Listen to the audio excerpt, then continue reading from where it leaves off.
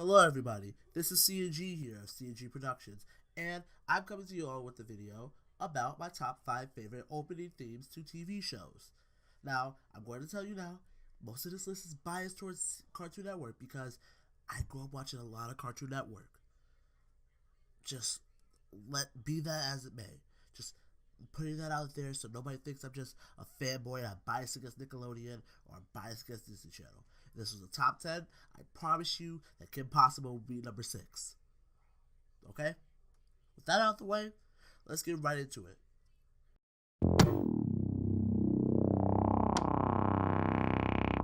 Regular Show. Regular Show is it's a wonderful show. And I really enjoy the opening because it's super simplistic. You don't have to take anything in. You don't have to forcefully look at anything to see if there's any hidden details or anything. It's just the opening theme and a flash of regular show set in the void. And it really doesn't give you anything to expect. It doesn't make you expect anything of it, which lets all the kind of crazy hijinks of the regular episode, take place. It's so mellow, it's so normal, it's just so off-putting to what the normal show is that it actually kind of draws you in. Because if you are looking at this intro, you would not expect this to be a show where a blue jay and a raccoon are best friends and working at a park, keeping it in maintenance, while also making sure that giant bearded heads and eternal simians don't destroy everything in its way. It's super simplistic, and it's number 5. It's very well done for how simple it is. We are the Crystal Gems. Steven Universe. Now I'm gonna catch a lot of flack because this is a number 1. I'm gonna catch a lot of flack because this is number 4. I'm gonna catch a lot of flack because this is on the list in general. No matter what I'm gonna do, this is gonna be a very divisive topic. Steven Universe, for the minute I watched it, had an eye-catching intro. The animation was very well done. The opening lyrics are some of the most catchy and iconic lyrics of the most, I want to say 2010s? Of the 2010s, yeah. The 2010 era. If you can find me another iconic one, leave it in the link description. I might talk about it later. You never know. But otherwise, the wide shot of just Steven literally trying his best to become the best gem he can, become the best human he can, while still continuing to be himself, along with 3 almost pseudo-eternal beings, is so well done. It just shows it's an era of freedom. It's a more or less freeing intro. It shows the comedy the show can give. It can show the severity of the topics it talks about. It does a lot for what it does. Specifically, the funniest portion of that is when Steven does the flip. He does the flip in the first 5 seconds, because it shows the heroic entrances of Garnet, Amethyst, and Pearl, while also showing the cartoony, freaking, childlike wonderment that this show can bring. It's a very well done intro. It's very well versed. I enjoy all the voices in it, especially Estelle. I'm biased towards Black British people. More on that later. But that is everything about this show that I can basically say without divulging into a 20-minute video on why Steven Universe is a good show. Not my favorite, but it's a good show.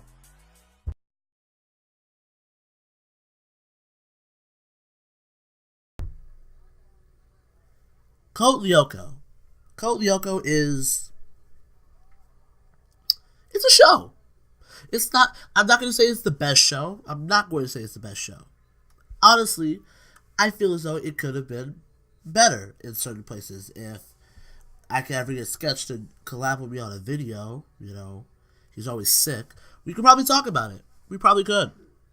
But Code Yoko's intro is of four students who I will actually pull up the names up right now because I have forgotten their names, and oh lord, this is probably very unprofessional. This is so unprofessional. I wanna see if I can bring it up. Yeah, here we go. I enjoy, like, the Code Yoko is so it's wonderful because it mixes it's so ambitious in what it does. It mixes 3D animation with 2D animation, and it doesn't work all the time. It does not work. It tries to be an anime and it tries to be a SFM, and it does not work all the time. However, it does give you a great sense of what the show is going to be. It's going to be comedic, but it's also going to be action packed, and it's very short and to the point. It's 45 seconds, 50 seconds, and it does what it needs to get done. It gives you a brief overview of what the entire show is going to be about. Be the five main people in there, going through adventures in the digital world to save a digital girl who ends up becoming real. But more on that in another video for another time in another place. Anything else I want to say about this? Oh yeah, it was probably one of my favorite shows to air on Cartoon Network that got subsequently moved to what's called Kaboom or something, Kablam, something with a K. If I remember, I'll just pop it up on the screen here. But let's move on. Water,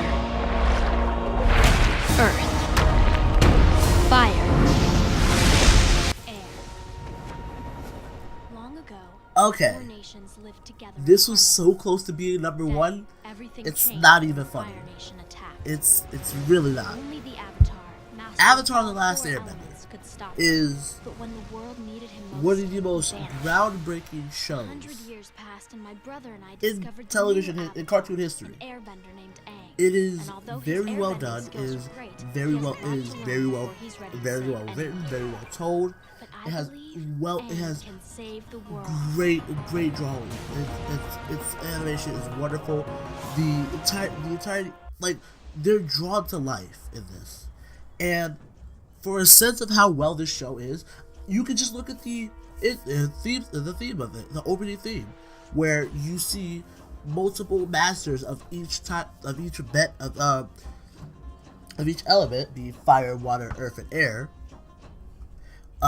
showing their mastery in a quick little 2-second bite each, before you go into the history of the entirety of the world leading up into where the Avatar gets revealed. Well, not revealed, more so than reawakened.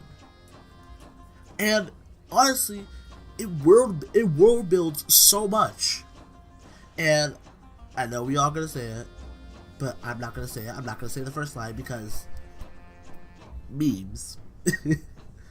But it does a really good job of expositing, of bringing of introducing exposition to an audience who doesn't know anything. And you could honestly, I could pretty much sit somebody who's never watched or never heard of Avatar before. I could sit them in front of there, have them watch the intro theme, and then basically have them catch up to everything before the Bossing Say arc. Because that's what that intro does. It brings you to speed without you needing to watch the entirety of the series. It's so amazing. It's just so interesting. I know I keep repeating amazing and interesting because I am not a wordsmith. I am not the most linguistically diverse, but when you feel a certain way, you just have to expose that to everybody else.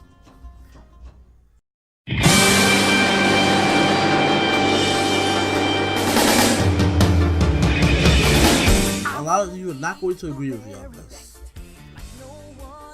and for very good reason, because you're just a Cartoon Network geek, you only like, Cartoon Network based shows. You grew up with this. Yes, you're right. I'm a fan of Cartoon Network. I grew up with Cartoon Network. And this right here was like peak Cartoon Network. This was alongside Codename Kids Next Door, Adventures of Billy and Mandy. What else was on with that? Camp Lazlo, My Gym Partner's a Monkey. All these shows. And Pokemon just stands out. One, because you're really gonna make me sing the intro? No, you're not gonna make me sing the intro. No, stop. Just stop. Pokemon as a franchise is revolutionary, and the intro is just supremely indicative of that. Like, I don't even need to play the song on here. I really don't, because if I play the song on here, I'm going to start getting into it. It's just so well. It starts out with basically what amounts to God and God Jr., along with an opening of the entirety of the premise of the game, of the show, of the entire franchise. It's extremely expositional without giving too much of the plot away. Well, although there really has never been a all too truistic plot to Pokemon. However, it's the music for this, and I know I didn't mention the music a lot for all the other ones. I kind of stuck to the animation and what it did in terms of like introducing the viewers to the show, but the music is what really catches this introduction. This theme song, this music video, the intro video is literally the best thing about this, and it does so much to world build and just bop. It bops. It's a very feel good song. It's something that you can blast in your car, and no one's gonna talk shit about you for it. No one's gonna say shit. No one's gonna say you're wrong for it, and it's a very objectively good song. Now, I know Sketch is gonna be in the comment section below this video just saying, "Oh, you're wrong. Pokemon is bad. You suck. JK, actually not JK. Unsubscribe." You know, because that's just how Sketch is. Also, Sketch, if you're listening, Power Rangers is better than the Muppets. Anyway, that's a short 10-11 minute video on my personal top 5 favorite theme openings. I know I didn't go all too in depth with them. I'm hoping to be able to go in depth with them later on in life, but it's just I really don't know how to properly explain myself with these, because they're more emotionally invested with me. I've grown up with all these shows. I have watched these shows to completion on countless occasions, and it's a wonderful feeling to be able to divulge how I feel about these theme songs, these opening themes, to you all. Because at the end of the day, this is just what I feel is awesome. And y'all may not agree with me. That's what the comment section is for. That's what rebuttal videos are for. That's what Sketches and Mercedes' top 5 are for. Because I know for a fact Mercedes is gonna be all Disney because she's a Disney file. Just tell you that now. But I'm just a Cartoon Network geek. That's probably the cheesiest line I've ever said. Anyway, I'm going to talk to you all in the next video. For now, I've been CNG, and those have been my top 5 favorite theme openings.